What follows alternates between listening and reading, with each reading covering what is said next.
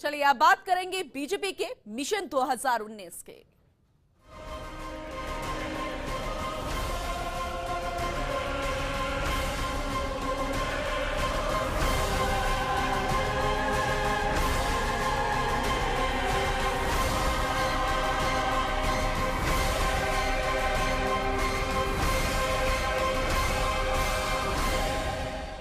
तो इस बार के लोकसभा चुनाव मोदी बनाम ऑल है, लेकिन इसके बावजूद एनडीए फिर से केंद्र में सरकार बनाएगी।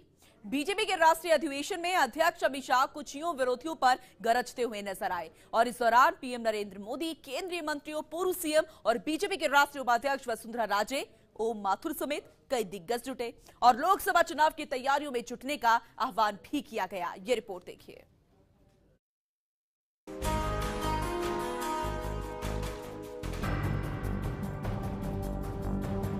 चुनावी समर में उतरने से पहले एक मुश्त बीजेपी की सबसे बड़ी बैठक की ये तस्वीर है। पहले से भगवाधारियों से अटे पड़े रामलीला मैदान में प्रधानमंत्री मोदी का आगमन हुआ।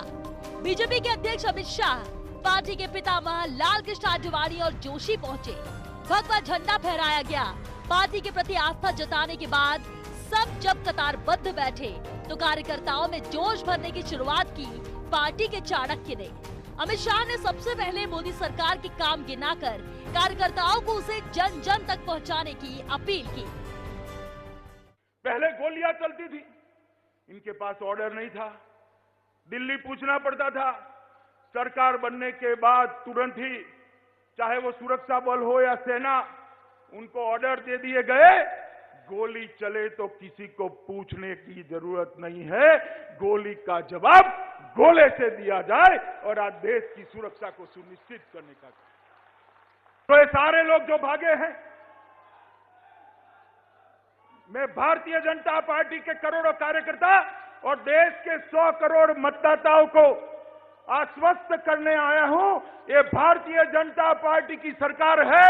हमारी सरकार में किसी की भागीदारी नहीं है। चौकीदार सब चोरों को पकड़कर लाएगा, समय का ही बस अब सवाल है। सियासत का फाइनल जीतने के लिए रणनीति बनाने उतरे अमित शाह ने आरोपों के जुबानी तोप विपक्ष की तरफ घुमाया। निशाने पर सीधे सोनिया गांधी और राहुल थे। राष्ट्रवाद की चाशनी में डुबोकर शब्द बाण दागते रहे दोनों पर।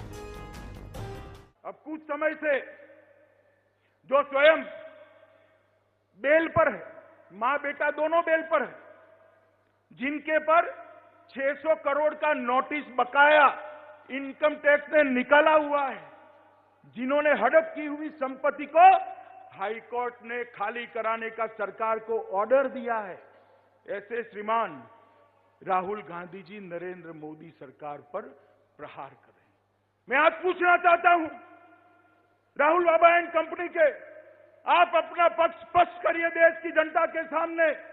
इस देश में घुसपैठिए रहे, इसके साथ आपका गठबंधन सहमत है या नहीं है, वो देश की जनता के सामने स्पष्ट कर दीजिए। घुसपैठिए देश को दीमक की तरह चाट जाते हैं, देश की सुरक्षा के साथ खिलवाड़ करते हैं। जब वो घुसकर बम धमाके करते हैं, हमारे नागरिक मरते हैं, उनकी ह्यूमन राइट की गठबंधन के नेताओं को चिंता नहीं है, उनको उसमें वोट बैंक नजर आती है, वोट बैंक।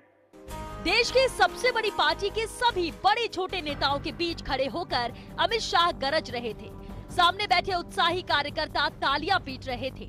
दरअसल 2014 की अपेक्षा इस बार बीजेपी की चुनौती बड़ी है, लिहाजा बड़े स्तर पर रणनीति बनाई जा रही है। दिल्ली के रामलीला मैदान में जारी 2 दिनों की राष्ट्रीय परिषद की बैठक में अमित शाह ने अपने कार्यकर्ताओं को यकीन दिलाया कि मोदी से बड़ा नेता आज भी देश में कोई नहीं है, चाहे सारे विपक्ष एकजुट क्यों ना हो। मित्रों, जब हम कहते हैं कि विजय का हमें विश्वास है, तो उसका आधार भी है। बीजेपी वर्सेस ऑल हुआ है, क्यों हुआ है? एक दूसरे का मुंह न देखने वाले, एक दूसरे के साथ एक सोफे पर न बैठने वाले आज हाथ मिला मिलाकर उठा उठाकर क्यों घूम रहे? क्योंकि उनको मालूम है कि अकेले मोदी जी को हराना असंभव है, इसलिए वो इकट्ठा हुए। एक जमाना था कांग्रेस वर्सेस ऑल हुआ करता था, और आज हमारे लिए गौरव की बात है कि नरेंद्र मोदी वर्सेस ऑल हुआ है। भारत की राजनीति का ध्रुव, उसका न्यूक्लियस भारतीय जनता पार्टी का एक नेता अपने परिश्रम के और अपने चरित्र के आधार पर बनकर बैठा है। अमित शाह ने कार्यकर्ताओं के बीच खड़े होकर एक बार फिर राम मंदिर को लेकर प्रतिबद्धता जताई। हमने कहा है कि संवैधानिक रूप से राम मंदिर का निर्माण होगा, मगर कांग्रेस पार्टी अंदर रोड़ा अटकाने का एक भी मौका जाने नहीं देती। गुजरात में चुनाव था, केस चलने को आया, किसी की ओर से अपीयर होकर कपिल सिब्बल कांग्रेस के बड़े नेता ने कहा कि केस को 2019 के बाद चलाइए। कांग्रेस पार्टी ने अपनी स्थिति स्पष्ट करनी चाहिए। मित्रों, भारतीय जनता पार्टी का कार्यकर्ता स्वस्थ रहे। हम संवैधानिक रूप से राम जन्मभूमि बनाने के लिए कटिबद्ध थे और आज भी है। आपको बता दें कि 2 दिनों के इस बैठक के आखिरी में खुद प्रधानमंत्री मोदी कार्यकर्ताओं को जीत का मंत्र देंगे। इस बैठक से लौटने वाले कार्यकर्ता सवर्ण आरक्षण से लेकर किसानों तक के हक के लिए किए गए मोदी सरकार के फैसले तक सभी सरकारी योजनाओं को हर घर तक पहुंचाने का प्रण लेकर निकलने वाले हैं, ताकि फिर से सत्ता की अट्टालिका पर मोदी आसानी से बैठ सके। Bureau report, first India news.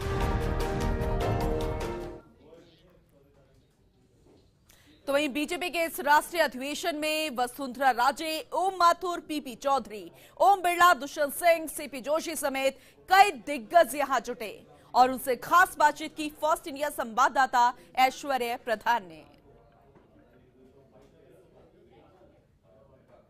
Rajasthan के भारतीय जनता पार्टी के तमाम नेता यहां पर पहुंच चुके हैं। कोटा सांसद ओम बिरला साहब से, बिरला साहब किस तरीके से देखते हैं, क्योंकि बड़ी चुनौती है। एक तरफ राहुल गांधी आए, किसानों के मुद्दे पर घेरते नजर आए, केंद्र सरकार को भी आड़े हाथ लिया।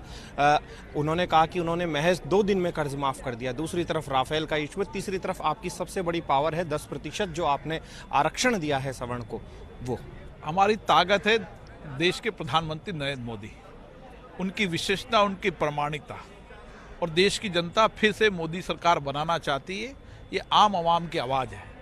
जहाँ तक किसान कर्जे का माफ है, उन्होंने गिनी थी 1 से 10 दिन। आज इनकी सरकार को चलते हुए 25 दिन हो गए और उन्होंने अभी तक कर्ज माफ का कागज निकाला है। कांग्रेस असत्य और झूठ के आधार पर चल रही है। 10% मुद्दा है, वह हम सामाजिक व्यवस्था के परिवर्तन की बात कर रहे हैं। कई राज्य सरकारें, देश की जनता बात कर रही थी कि गरीब, आर्थिक रूप से कमजोर सवर्णों को आरक्षण मिलना चाहिए। मोदी सरकार ने ये फैसला किया, निर्णय किया, अभूतपूर्व निर्णय किया, ऐतिहासिक निर्णय किया और पूरे देश में इसका स्वागत है। ये थे कोटा सांसद ओम बिरला साहब, जिन्होंने खास बातचीत की है फर्स्ट इंडिया न्यूज़। केंद्रीय मंत्री पीपी चौधरी साहब मेरे साथ मौजूद हैं, हम इनसे बातचीत करते हैं। किस तरीके से देखते हैं इस बार ओवरऑल अगर देखा जाए तो, क्योंकि बहुत बड़ी राष्ट्रीय परिषद की यह बैठक है, अब तक की सबसे बड़ी बैठक है, क्या मैसेज? देखिए, भारतीय जनता पार्टी अपने आप में बहुत बड़ी पार्टी है, जिसकी मेंबरशिप 11 करोड़ है, विश्व की सबसे बड़ी पार्टी है। और ये श्रेय जाता है हमारे प्रधानमंत्री जी को, श्रेय जाता है हमारे राष्ट्रीय अध्यक्ष जी को। और ये बैठक है अपने आप में बहुत ही अहम बैठक है। हमारे कार्यकर्ताओं में ज़बरदस्त जोश है और पार्टी की इस अहम बैठक में आने वाले 2019 के जो चुनाव हैं लोकसभा के, उसमें हम भारी बहुमत लेके आएंगे। किसानों के साथ कर्जा माफ की बात जो है, ये किसानों के साथ धोखा है। सत्ता में आने के पहले पंजाब में ये कहा गया किसानों का कर्जा माफ होगा, सभी कर्जा माफ होगा। इसी तरह से झूठे वादे जनता से, किसानों से राजस्थान में, मध्य प्रदेश में और छत्तीसगढ़ में किए गए और ये कहा गया कि किसानों के कर्जे, सभी कर्जे माफ किए जाएंगे। फिर कहा 2 लाख किए जाएंगे, फिर कंडीशन लगा दी, फिर शर्तें लगाई और अब किसान जो हैं वो ठगा सा महसूस कर रहा है। राष्ट्रीय परिषद की बहुत बड़ी बैठक है माथुर साहब, बहुत बड़ी बैठक है। अब तक की बहुत बड़ी संख्या में भाजपा के कार्यकर्ता आए हुए हैं, इवन जिला अध्यक्ष और महामंत्री भी। किस तरीके से देखते हैं, क्योंकि एक तरफ किसान समय जब चुनावी वर्ष होता है तो पार्टी बैठक का रूप अलग अलग ढंग से करती रहती और उसी के तहत ये, क्योंकि आगामी चुनाव नज़दीक है, तो देश भर के जिलाध्यक्ष, महामंत्री, एमएलए, पूर्व एमएलए सबको हम लोगों ने बुलाया। किसानों को लेकर अगर बात की जाए तो राहुल गांधी राजस्थान आए, किसानों को लेकर बात की, उन्होंने 2 दिन में कर्ज माफ करने की क्या यू-टर्न लिया है क्या केंद्र की तरफ मोड़? देखिए, कुल मिलाकर के एक वंचिका देनी थी जनता को और इसलिए उन्होंने जनता को बेवकूफ़ बनाने का काम किया है। उनको पता था कि हम ऐसा कर नहीं सकते थे, इसलिए दुर्भाग्य, इसलिए स्वाभाविक रूप से मैं हमारे फिर एक पुराने सवाल पर आऊंगा। पुरानी बात यही है कि महाराष्ट्र हो, चाहे मध्य प्रदेश हो, चाहे उत्तर प्रदेश हो, या गुजरात हो या राजस्थान हो, आप तमाम राज्यों की नब्ज अच्छी तरीके से जानते हैं। राजस्थान की नब्ज आपने टटोली होगी, क्या लगता है आपको? निश्चित रूप से हमने पिछली बार जैसा ही रिजल्ट आने वाला है। 25 की 25 सीटें भारतीय जनता पार्टी राजस्थान में भी जीतने वाली।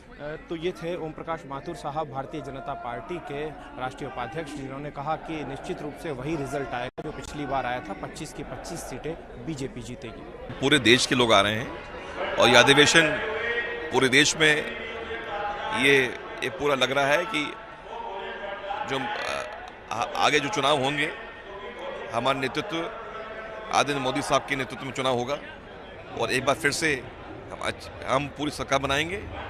और ये सभी कार्यकर्ताओं को एक मैसेज देने के लिए है और पूरे केंद्र के नेता, सब राज्य के नेता, सब लोग यहाँ आ रहे हैं। मैं मानता हूँ कि पिछले 5 वर्षों में प्रत्येक कोई ऐसा दिन नहीं था जिसमें माननीय देश के प्रधानमंत्री जी ने इस देश को खुश नहीं दिया हो, इस देश का गौरव बढ़ाया, इस देश की सीमाओं को सुरक्षित किया और इस देश के 125 करोड़ लोगों को उनकी उन्नति और प्रगति के लिए अनेक लोक कल्याणकारी योजनाओं के माध्यम से वहां तक पहुंचाने का काम किया। और मैं मानता हूं कि एक नहीं अनेक योजनाओं से आज सीधा जनता को लाभ मिला है। भ्रष्टाचार मुक्त शासन देने का काम किया है।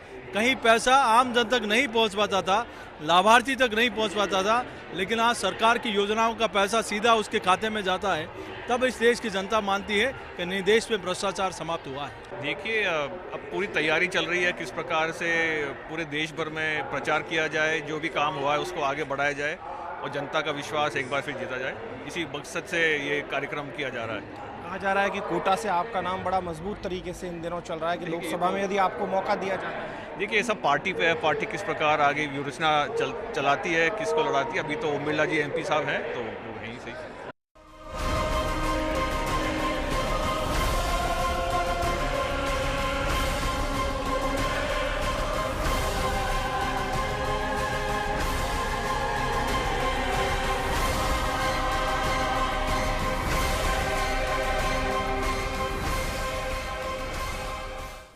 तो खबरों का सिलसिला आगे भी जारी रहेगा। फिलहाल यहाँ रुकेंगे एक छोटे से ब्रेक के लिए, फौरन लौटेंगे। बने रहिए हमारे साथ और देखते रहिए